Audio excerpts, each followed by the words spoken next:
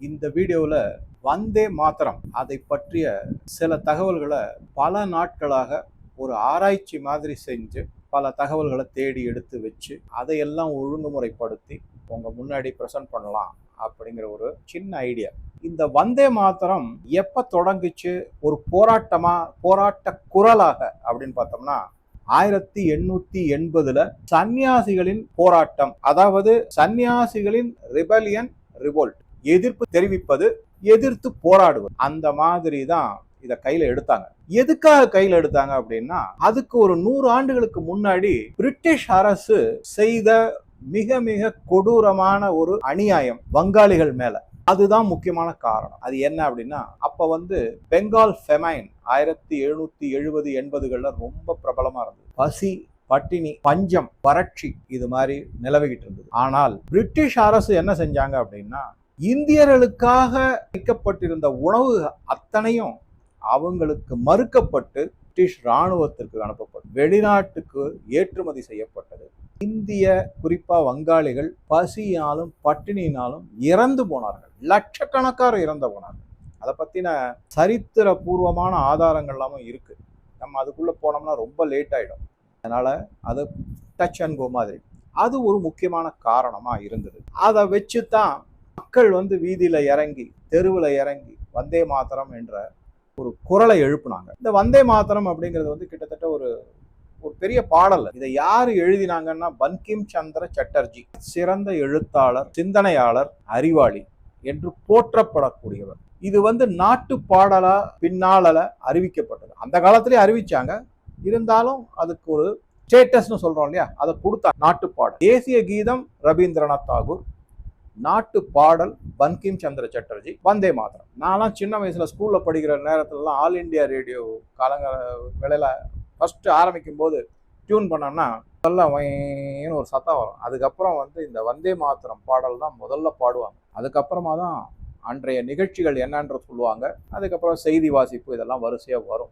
எல்லா நிகழ்வுகளையும், பொது நிகழ்வுகள், பள்ளிக்கூடங்கள் எல்லாவற்றிலும் இந்த வந்தே மாதரம் பாடப்பட்டது அந்த காலகட்டம். நான் என்னுடைய பள்ளி நாட்கள், கல்லூரி நாட்கள்ல வரும்போது அது அழிஞ்சு போயிடுச்சு. அது இல்லை. நான் சொல்றது 10ஆம் வகுப்புக்கு முன்னாடி நான் படித்த காலங்கள். அதாவது இன்னும் குறிப்பா சொல்லணும்னா 67க்கு அப்புறம் அழிச்சிட்டாங்க. 67க்கு அப்புறம் ஆட்சியில யார் இருந்தாங்கன்னு உங்களுக்கு தெரியும். மத்தியில் ஆனா காங்கிரஸ் இருந்தது, அது வேற விஷயம். சரி, இந்த வந்தே மாதரம் பாடல் பங்கிம் சந்திர சட்டர்ஜி அவர்கள் எழுதிய ஒரு மிக மிக அருமையான புதினம், ஆனந்த மடம் அப்படிங்கிறது தமிழ்ல கூட இருக்குது.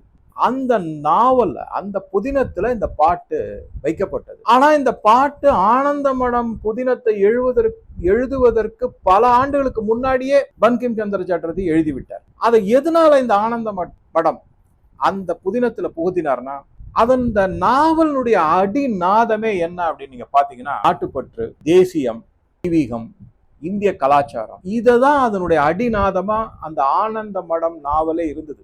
அதனால இந்த வந்தே மாதரம், தாயை வணங்குகிறேன், இந்த நாட்டை ஒரு பாரத தாயாக உருவகப்படுத்தி அதை வணங்குவதாக அந்த பாட்டு இருக்கு. அதுல பல ஸ்டான்சஸ் எல்லாம் இருக்கு, நான் இல்லைன்னு சொல்லல, அது இருக்கு. இத ஒரு பெருமையா கொண்டாடணும் அப்படின்னு சொல்லிட்டு தான் பங்கிம் சந்திர சாட்டர்ஜி பிறந்த வருடம் 1838. அவருடைய 100ஆண்டு விழா 1938 சிறப்பாக கொண்டாட வேண்டும் அப்படிங்கிறத ஹிந்து உணர்வாளரும் நாட்டுப்பற்று மிகவும் உள்ளவராகவும் இன்றைய பாஜகவினுடைய ஸ்தாபகருமான ஷியாமா பிரசாத் முகர்ஜி மிகுந்த ஆசைப்பட்டார். எஸ்பி முகர்ஜி அந்த டயத்துல கல்கட்டா யூனிவர்சிட்டியில துணைவேந்தரா இருந்தார். இந்த பங்கிம் சந்திர சாட்டர்ஜியினுடைய 100ஆண்டு விழாவை மிக அருமையான ஒரு எழுத்தாளர், அதாவது வங்காளிகளை சாதாரணமா என்ன சொல்லுவாங்கன்னா இன்டலெக்சுவல்ஸ் அப்படின்னு சொல்லுவாங்க. ரவீந்திரநாத் தாகூர், இந்த மாதிரி பல பேர் இருக்காங்க.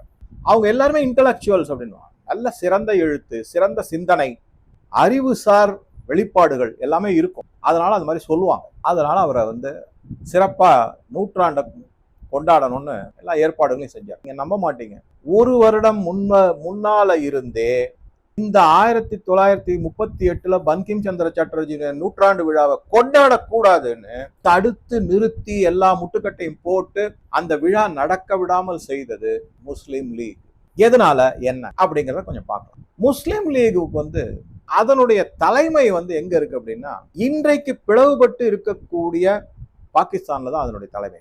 இந்தியால இருந்தது. அதனுடைய தலைவர் யாரு அப்படின்னா முகமது அலி ஜின்னா, அவர் தான் இருந்தார். சரி, பல பேர் இருந்தாங்க. உடனே பதிவு போனாங்க, சார் இவர் இல்ல அவர் இல்ல, நமக்கு வேண்டியது முக்கிய நபர், நமக்கு தெரிந்த நபர் அப்படிங்கிற பார்வையில பார்க்கும்போது முகமது அலி ஜின்னா இருந்தார். அந்த கூட்டம் எல்லாமே, அதாவது இந்தியா ஒருங்கிணைந்த இந்தியாவாக இருந்தபோது வங்காளம் என்றுதான் கூறப்பட்டது. இன்னைக்கு மாதிரி வெஸ்ட் பெங்கால், பங்களாதேஷ் அல்லது ஈஸ்ட் பாகிஸ்தான் 1970க்கு முன்னாடி, 71க்கு முன்னாடி அப்படி கிடையாது. அதே மாதிரி இது ஈஸ்ட் பாகிஸ்தான், அது வெஸ்ட் பாகிஸ்தான். அப்ப அது வந்து பாகிஸ்தான்ற நாடே கிடையாது. ஜின்னாவால உருவாக்கப்பட்டது, பிளவுபடுத்தி ஏற்படுத்தப்பட்டதுதான் அந்த நாடு. அதுல என்ன நான் குறிப்பா சொல்ல வரேன் அப்படின்னு, சரித்திர ஆசிரியர் ஆதாரபூர்வமா என்ன சொல்றாரு அப்படின்னா, அவர் பேர் வந்து ஹரூன் ரஷீத் அப்படிங்கிறவர். இந்த ஹரூன் ரஷீத் ஒரு மிக பிரபலமான சரித்திர ஆசிரியர். அவர் என்ன சொல்றாரு, முஸ்லீம் லீக் வந்து 100% உருது பேசக்கூடிய மக்கள் இஸ்லாமியர்கள், அவர்களுக்கு வங்காள மொழி பேசும் இஸ்லாமியர்கள் ஒரு பொருட்டே கிடையாது. கடைசி நிலையில இருக்கு. இவங்க சொல்றாங்களா சனாதன தர்மத்துல இவங்க வந்து ஒதுக்கப்பட்டவர்கள், மிதிக்கப்பட்டவர்கள், அந்த மாதிரி அவர்கள் நடத்தப்பட்டார்கள்னு இந்த ஹிஸ்டாரியன் அருண் ரஷீத் சொல்றாரு. இந்த இடத்துல ஒரு சின்ன விஷயம், சமீபத்துல நான் இந்த மாதிரி இந்த ஆனந்த மடம் பத்தி, இந்த வந்தே மாதரம் இதெல்லாம் படிச்சுக்கிட்டே இருக்கும்போது நடுவுல ஒரு செய்தி படிச்சு, என்ன அப்படின்னா ஆச்சரியமா இருக்கும் உங்களுக்கு. தமிழ்நாட்டுல தமிழ் பேசக்கூடிய இஸ்லாமியர்களை உருது பேசக்கூடிய இஸ்லாமியர்கள் மிகவும் கீழ்த்தரமாக கருதுகிறார்கள் அப்படிங்கிற செய்தியை நான் படிச்சேன். அது ஒரு பாயிண்ட் என்னன்னா, அரபு இஸ்லாமியர்கள் வந்து இந்திய இஸ்லாமியர்களையோ, பாகிஸ்தான் இஸ்லாமியர்களோ, பங்களாதேஷ் இஸ்லாமியர்களோ இஸ்லாமியர்களாவே கருதவில்லை. அவர்கள் வந்து எங்களுடைய ஹைரார்கியில கடைநிலையில இருக்கக்கூடிய மனிதர்கள், நாங்க அவர்களுக்கு மதிப்பதே இல்லை, நாங்க தான் ஒரிஜினல் பிளட் அப்படிங்கிற மாதிரி செய்திகள்லாம் வந்திருக்கு. இதெல்லாம் வந்து சரித்திரபூர்வமான ஆதாரமான செய்திகள் அந்த மாதிரி. அதனாலதான் சில சமயத்துல, அதாவது நான் என்னுடைய சிறு வயதுல நான் பார்த்திருக்கேன், காலேஜ் வர வரைக்கும் கூட நான் பார்த்திருக்கேன், தமிழ்நாட்டில் இருக்கக்கூடிய இஸ்லாமியர்கள் வந்து யாருமே இந்த கருப்பு நிறத்தில் இருக்கக்கூடிய புர்கா என்று அணிவதை நாம், எனக்கு தெரிஞ்சு ஒரு 30 ஆண்டுகளுக்கு முன்னாடி நான் பார்க்கல, 40 ஆண்டுகளுக்கு முன்னாடி நான் பார்க்கல, 30 ஆண்டுகளே வச்சுக்கோங்களேன் பார்க்கல. அவங்க வந்து ஒரு வெள்ளை புடவை அப்படியே தலையில ஒரு முக்காடு மாதிரி போட்டுக்கிட்டு தான் வருவாங்களே தவிர, இந்த மாதிரி அப்படியே ஃபுல்லும் அதனுடைய முன்னெடுப்பும் அதனுடைய எதுக்காக புகுத்தப்பட்டது, யாரால் புகுத்தப்பட்டதுன்னா சவுதி அரேபியாவினுடைய வஹாபிசம் என்ற ஒரு தீவிர அடிப்படைவாத இஸ்லாமியர்களால் அது புகுத்தப்பட்டது. அதே மாதிரி அவர்களுக்கு வந்து நீங்க பார்க்கலாம், நிறைய பேர் வந்து உருதுல பேசுறேன்னு சொல்லிட்டு ததகா புதகான்னு பேசுறாங்க. ஆல்மோஸ்ட் உருது ஹிந்தில கொஞ்சம் கொஞ்சம் அப்படி கனெக்ஷன் இருக்கு. நான் கேட்டிருக்கேன் நிறைய தடவை. எனக்கு தெரிஞ்சு ஒரு டாக்ஸி டிரைவர் என்கிட்ட சொன்னாரு, எனக்கு ஹிந்தி தெரியாதுங்க ஆனா அரபி தெரியும். எப்படிங்க, என்ன மதர்சால சொல்லி கொடுத்தாங்கன்றார். நான் வந்து இஸ்லாமிய பள்ளிக்கூடத்துல தான் படிச்சேன், அங்க சொல்லி கொடுத்தாங்க அப்படின்னு சொன்னாரு அவர். ஆக வங்காள மொழி பேசக்கூடிய இஸ்லாமியர்களுக்கு மதிப்பும் மரியாதையும் இல்லாமல் 3ஆம் தர மக்கள் மாதிரி நடத்தப்பட்டார்கள்ங்கிறத அருண் ரஷீத் தெளிவாக பதிவு செஞ்சிருக்காரு. அடுத்ததா நம்ம எதை பார்க்கிறோம் அப்படின்னா, வங்காள மொழியில வந்து கொண்டிருந்த அந்த காலத்துல, நான் சொல்றது 1937-38 காலகட்டங்கள், ஆசாத் அப்படிங்கிற ஒரு, சாதாரணமா இந்த ஆசாத் அப்படின்னாலே அதுக்கு அர்த்தம் வந்து சுதந்திரம். அதனாலதான் இந்த டெல்லி யூனிவர்சிட்டியில இருக்கிற பசங்கள்லாம் அமைச்சாகிய ஆசாதி அப்படின்வாங்க. எங்க யாருக்கு டெல்லியில உட்காந்துக்கிட்டு உனக்கு என்ன சுதந்திரம் வேணும், இது சுதந்திர நாடு தான், எங்க காஷ்மீர்ல இருந்து கன்னியாகுமரி எங்க வேணா போகலாம், எங்க வேணா உனக்கு ப்ராப்பர்ட்டி வாங்கலாம், எக்ஸப்ட் ஹில் ஸ்டேஷன்ஸ், அதுல சில ரெஸ்ட்ரிக்ஷன்ஸ் இருக்கு, ட்ரைபல் ஏரியால வாங்க முடியாது, அவ்வளவுதான்.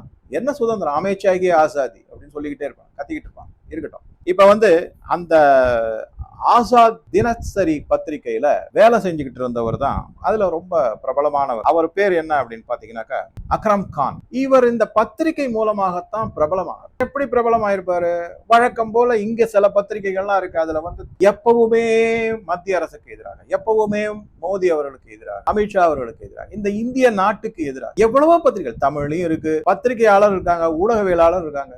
உங்க எல்லாருக்குமே தெரியும் யார் யாரெல்லாம் அந்த மாதிரிலாம் செஞ்சுட்டு இருக்காங்க. அதுல அவங்க பிரபலம் ஆயிடுவாங்க. மக்கள் வந்து எப்பவுமே negative game, negative policy, negative இது இருக்கு இல்லைங்களா, நேரேட்டிவ், அதை விரும்பி ஏற்றுக்கிறாங்க. இந்த விஜயினுடைய அரசியலை பத்தி பேசும்போதே நான் ஃபர்ஸ்ட் வீடியோல சொன்னேன், அவர் நெகட்டிவ் கேம் விளையாடுறாரு, அது மக்களுக்கு பிடிக்கும் அப்படின்னு சொல்லியிருந்தாங்க. அதுதான் நடந்துகிட்டு வருது. இப்ப தற்சமயம் முதலமைச்சராக இருக்கக்கூடிய நடிகர் விஜய் நெகட்டிவ் கேம் தான் விளையாடுறாரு. அது மக்களுக்கு பிடித்திருந்தது. அதற்கான சான்றுகள்லாம் இருக்கு, நான் சொல்றேன் அதை இன்னொரு வீடியோல.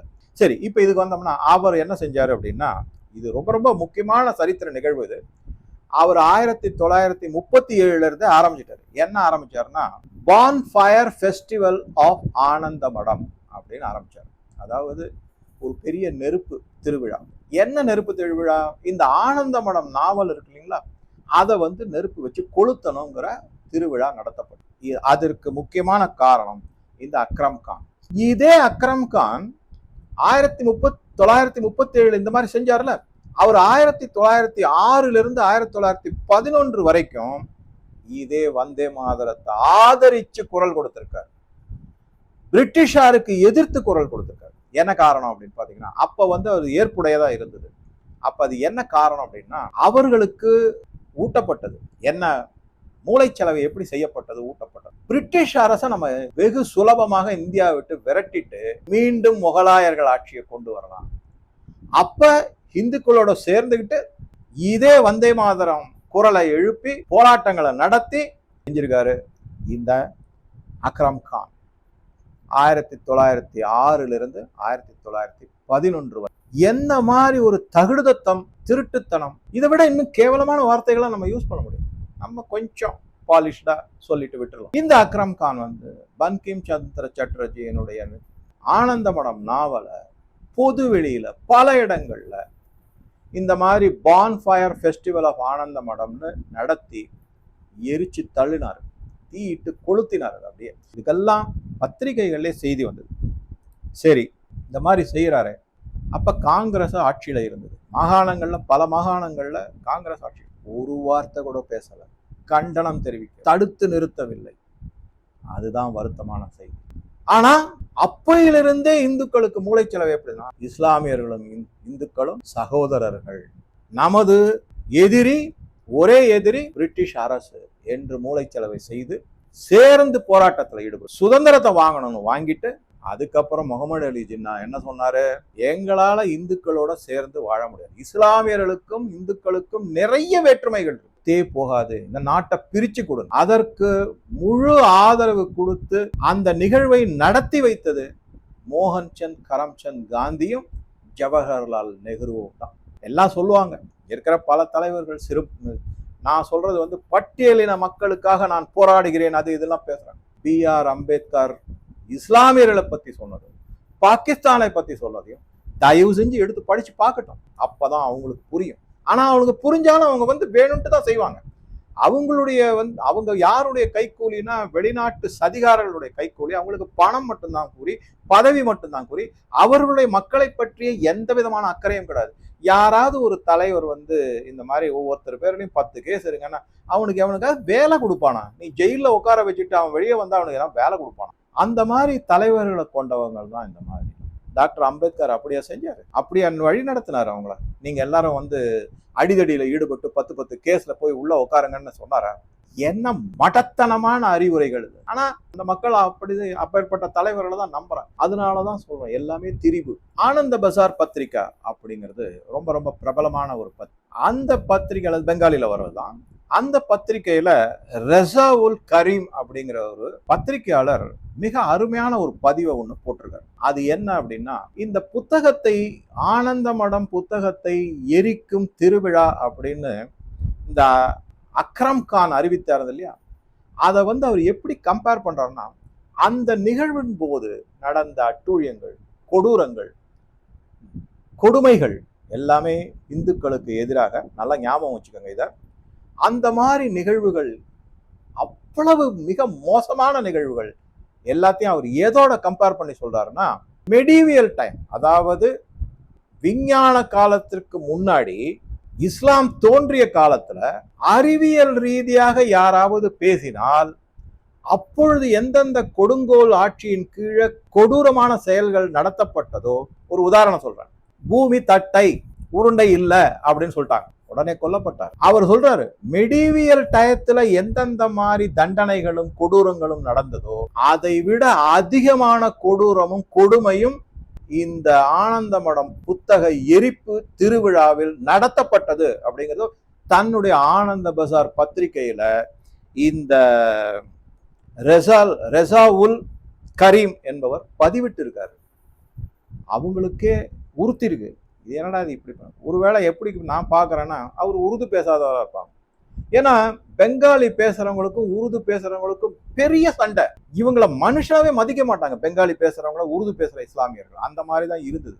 அதனால என்ன ஆகும், நாளடைவுல அவங்கவுங்க தன்னுடைய மொழியை விட்டுட்டு உருது தான் பேச ஆரம்பிச்சாங்க. இப்ப தமிழ்நாட்டுல அப்படிதான் ஆயிட்டு இருக்கு. அவங்க தன்னுடைய தமிழை போட்டாங்க தூக்கி குப்பையில, உருது பேச ஆரம்பிச்சிட்டாங்க. ஆனால் என்ன கூவிக்கிட்டு இருக்காங்க அரசியல்வாதிகள்லாம், தமிழ் தமிழ். யாருக்கு தமிழ்? யாருக்கு? ஒருத்தர் லத்தியில கத்திக்கிட்டு இருக்காங்க, இன்னொருத்தர் வந்து அரபியில கத்திக்கிட்டு இருக்காங்க, பேசுறது உருதுல. இன்னொரு கூட்டம் வந்து இங்கிலீஷ்லயே பேசிக்கிட்டு இருக்கு, மம்மி டாடி அங்கிள் ஆண்டின்னு.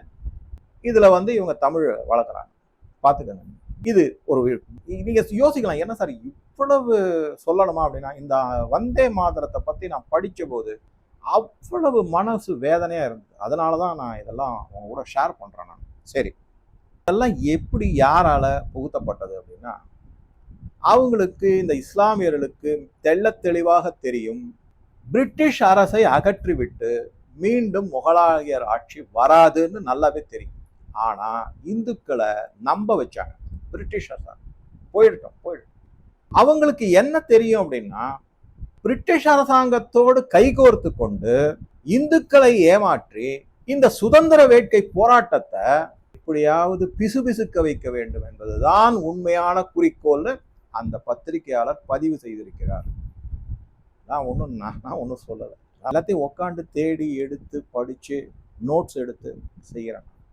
ஆக மொத்தம் என்ன, எப்படி மோகன்தாஸ் கரம்சந்த் காந்திய இங்கிலாந்திலிருந்து சவுத் ஆப்பிரிக்காவுக்கு கொண்டு வந்து, சவுத் ஆப்பிரிக்காவிலிருந்து பாம்பே அப்ப கொண்டு வந்து இந்தியாவுக்கு கூட்டு வந்து இந்த சுதந்திர வேட்கைய அகிம்சை என்ற போர்வையில அமுக்கி வச்சு அந்த போராட்டமே நடக்க விடாம செஞ்சாங்களோ, அந்த மாதிரி அந்த காலத்திலேயே செஞ்சிருக்காங்க.